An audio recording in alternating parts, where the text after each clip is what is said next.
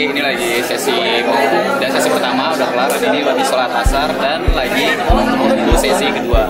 Tapi sesi kedua kita sholat maghrib dulu, break dulu, ini jadi break dulu untuk makan-makan. Wow.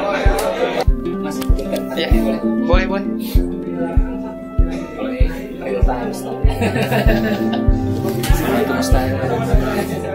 Ada rumus mau orang makan jenis mana? Sekarang こちらでいいですか？はい。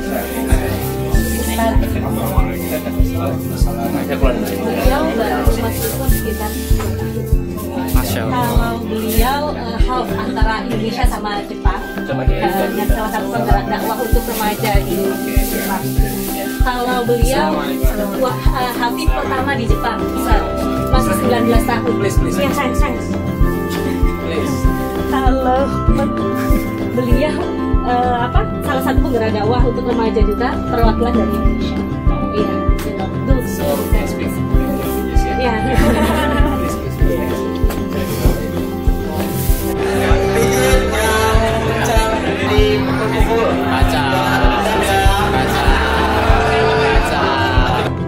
Perkenalkan, nama saya Maulana. Lengkapnya Muhammad Maulana Yusuf Arifzi. Kenapa saya sebut lengkapnya? Kali aja ada yang mau pinjam untuk disebut di dalam doa seperti malamnya. Masuk Instagram Ustaz.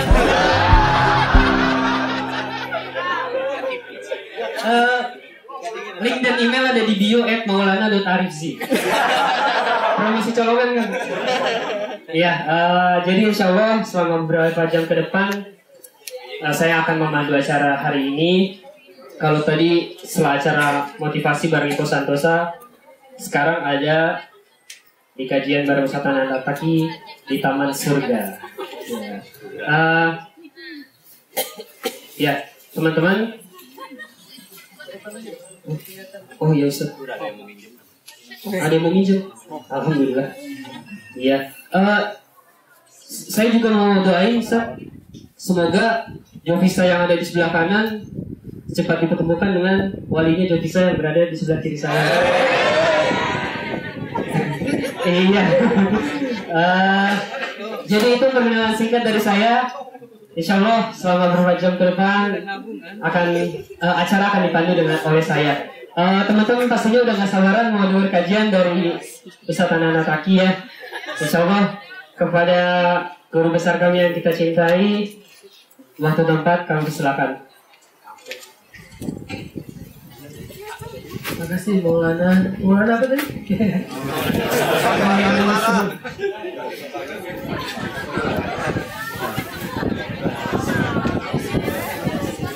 Nanti nama Maulana Yusuf akan disebut di sepertiga malam supaya segera bayar utang ya.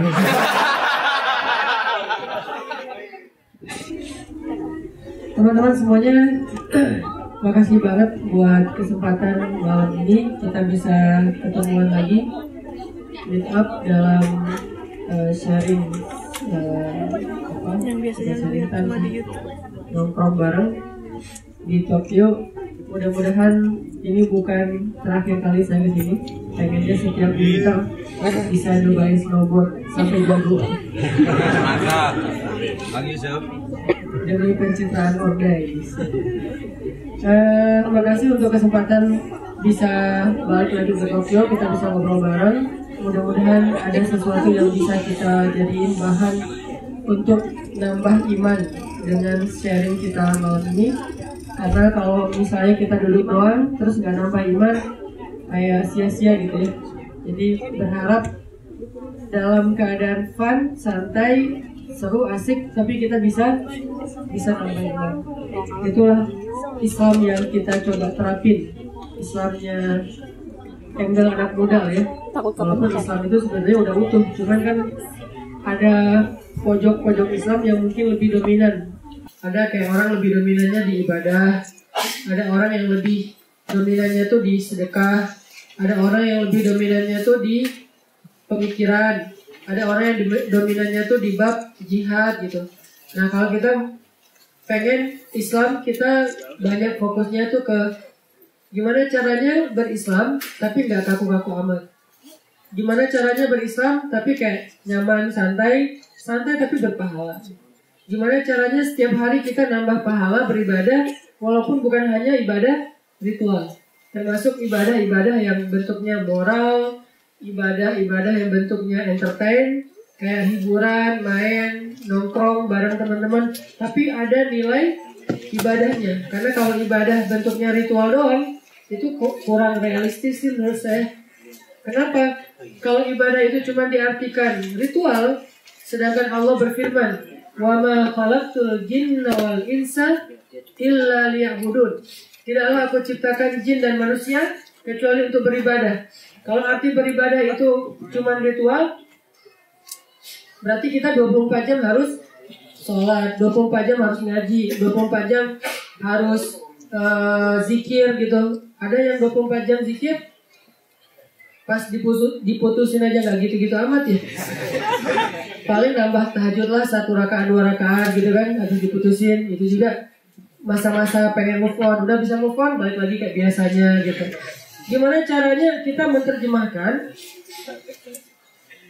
seluruh kehidupan kita itu dalam 24 jam itu bernilai ibadah. Karena emang itu alasan kita diciptain sama Allah. Wa ma khalaqtul jinna wal insa illa liya'budun. Tidaklah aku ciptakan jin dan manusia kecuali untuk beribadah kepadaku. Jadi berarti gimana cara kita beribadah tapi kita nggak di masjid? Walaupun sebaik-baik tempat buat beribadah itu di masjid, pasti itu udah nggak perlu didebat lagi lah. Cuman bisa nggak sih di luar masjid kita juga tetap beribadah?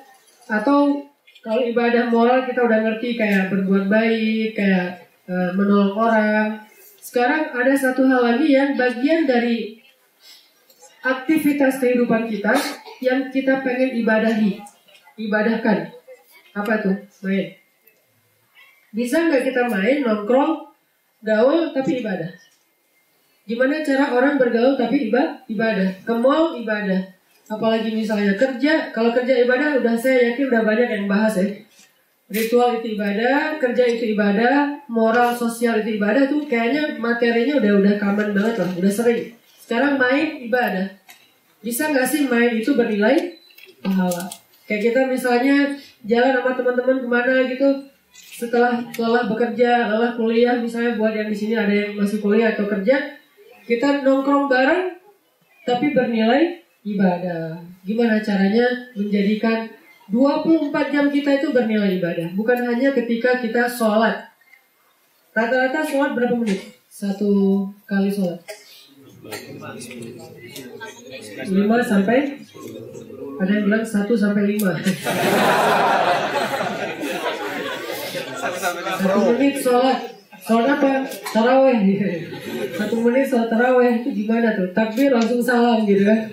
Karena saya pernah ngimamin sholat taraweh di Bandung barengan. Kan di Bandung itu karena masjidnya kan deketan ya. Di komplek ini masjid, di sebelah komplek ada kampung juga masjid. Saya lagi ngimamin sholat tarawih di salah satu tempat masjid. Takbirnya bareng dengan yang masjid sebelah. Allah Akbar. Saya juga Allah Akbar gitu kan bareng. Startnya tuh bareng, finishnya beda jauh.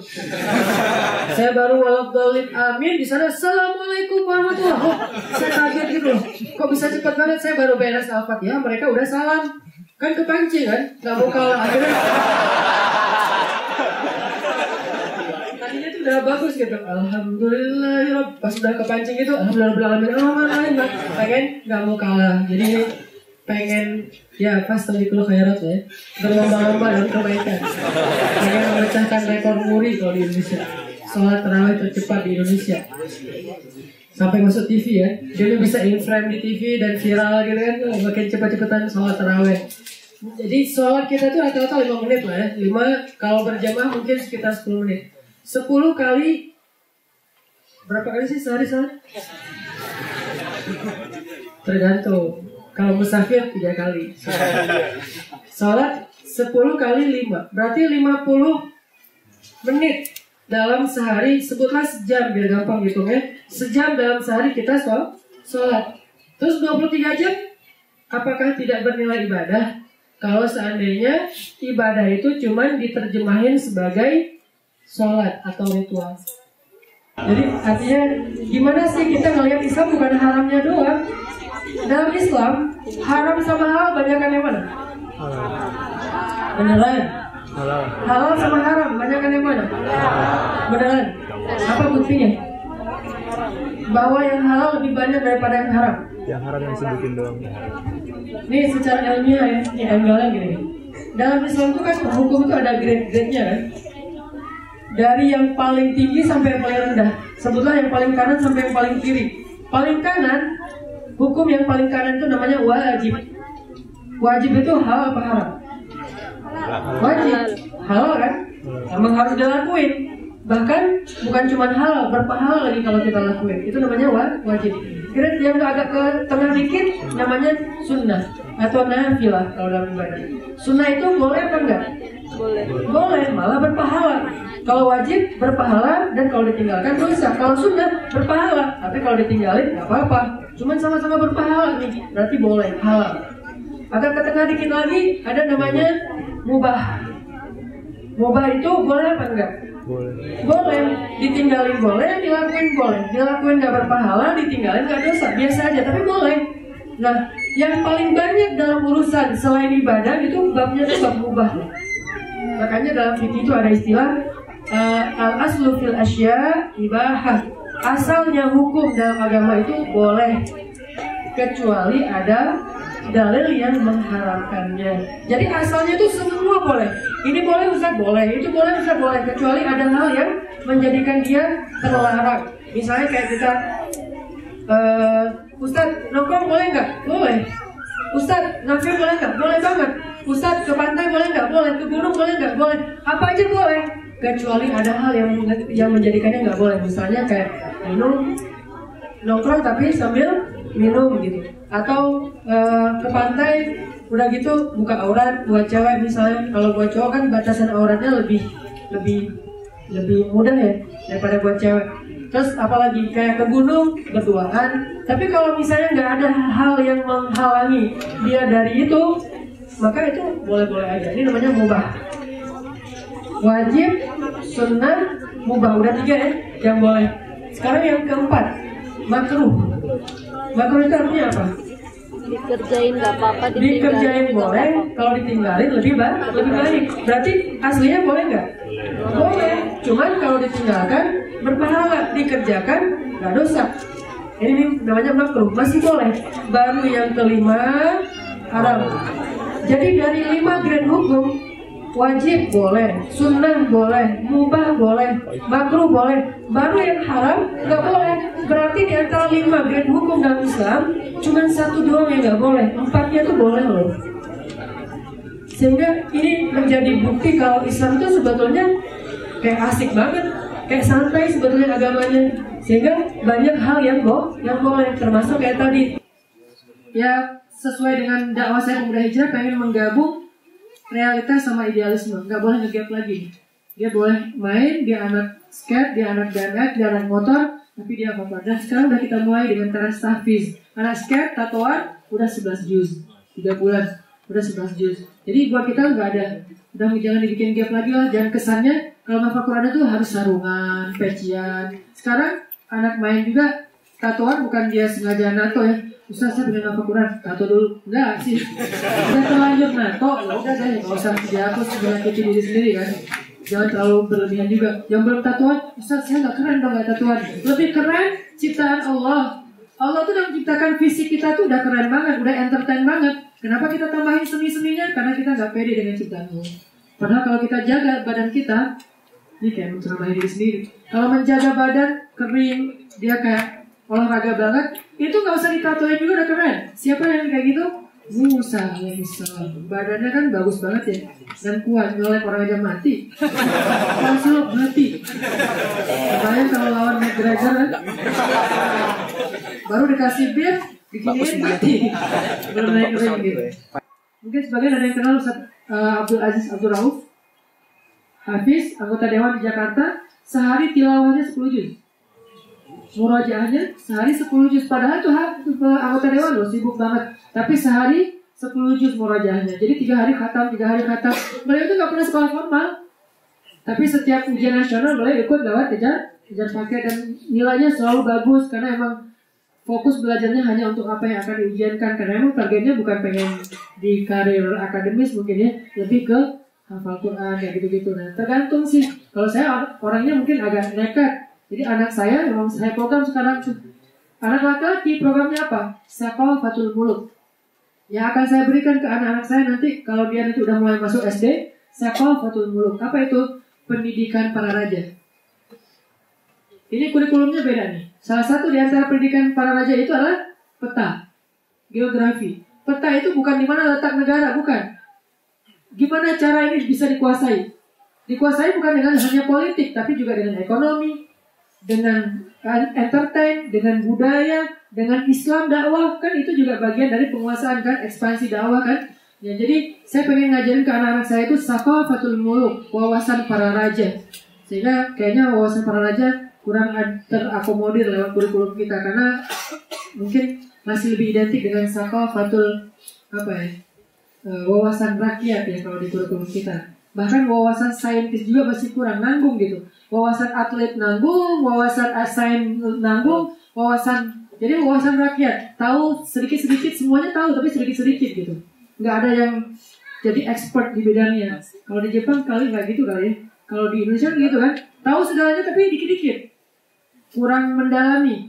Kalau mau jadi saintis dia harus les. Dia harus ngambil apa. Mau jadi seniman dia harus ngambil les apa. Ya mau jadi atlet dia harus latihan di mana.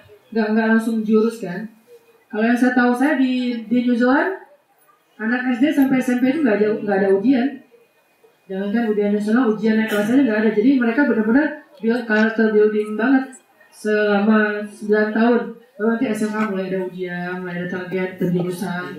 Kalau di kita mungkin belum kesana, jadi akhirnya karena ketidakpuasan saya terhadap kurikulum, udah deh saya bikin sekolah kecil sendiri di rumah.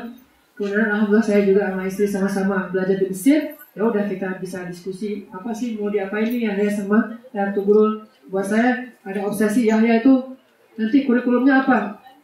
Bagian agama dari uminya deh, bagian entertain dari saya. Bismillahirrahmanirrahim. Alhamdulillahi rabbil alamin. Ar-Rahmanir Rahim. Maliki yaumiddin. Iyyaka na'budu wa iyyaka nasta'in. Ihdinas siratal mustaqim. Siratal ladzina an'amta 'alaihim ghairil maghdubi 'alaihim waladdallin.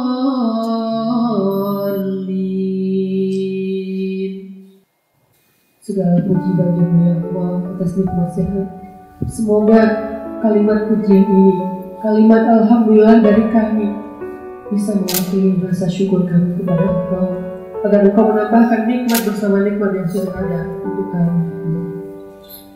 Duhai Allah, segala puji bagimu atas nikmat hidayah, sehingga dengan nikmat hidayah kami tahu cara bertobat, kami bisa berhijrah.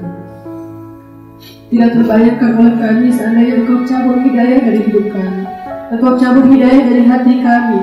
Mungkin kami akan bersenang-senang, tapi kesenangan yang dijauhkan kami hidup ini, dan pada akhirnya membawa kami kepada kehancuran dan penyesalan.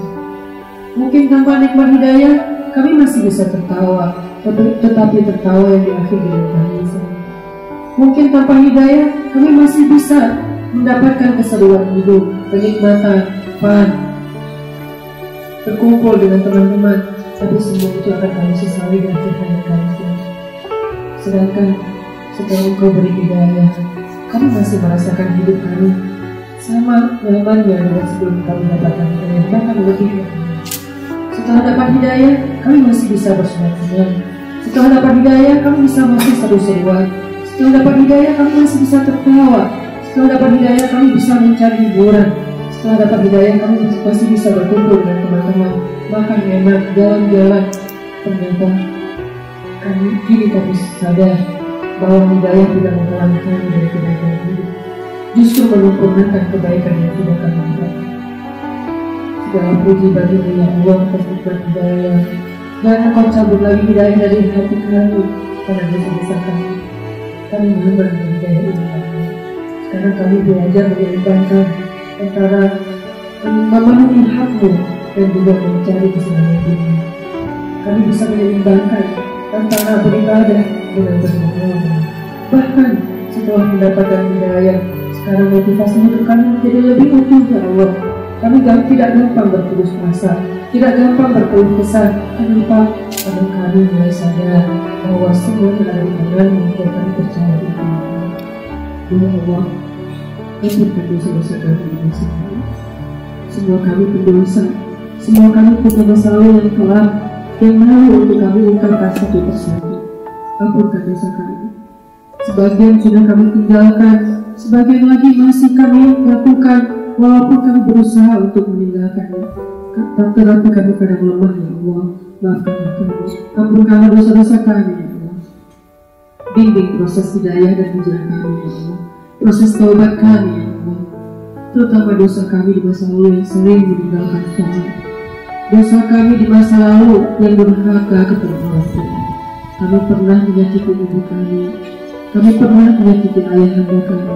Kami pernah menyakiti kakak dan adik kami. Kami pernah menyakiti guru kami. Maafkanlah kami Allah. Jangan marah kepada kami Allah. Kami adalah hamba yang bodoh yang sedang belajar. Kami hamba yang lemah yang bergantung kepada-Mu. Siapa lagi tempat kami bergantung selain Engkau ya Allah? Siapa lagi yang kami ingin belajar dari ayat-ayatnya selain ayat-ayat-Mu ya Allah? Siapa lagi yang kami harapkan pertolongannya kecuali pertolongan-Mu? Rabbana, atina fid dunya hasanah wa fil akhirati hasanah wa qina adzabannar. Alhamdulillahirabbil alamin. Subhanakallahumma wa bihamdika asyhadu an la ilaha illa anta astaghfiruka wa atubu ilaik. Wassalamualaikum warahmatullahi wabarakatuh.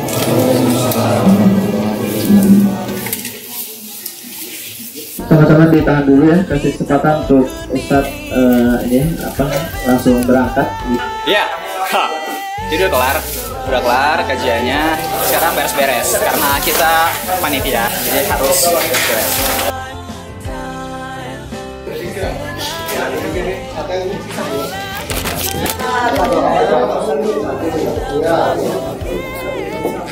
Kamera siapa ini jatuh?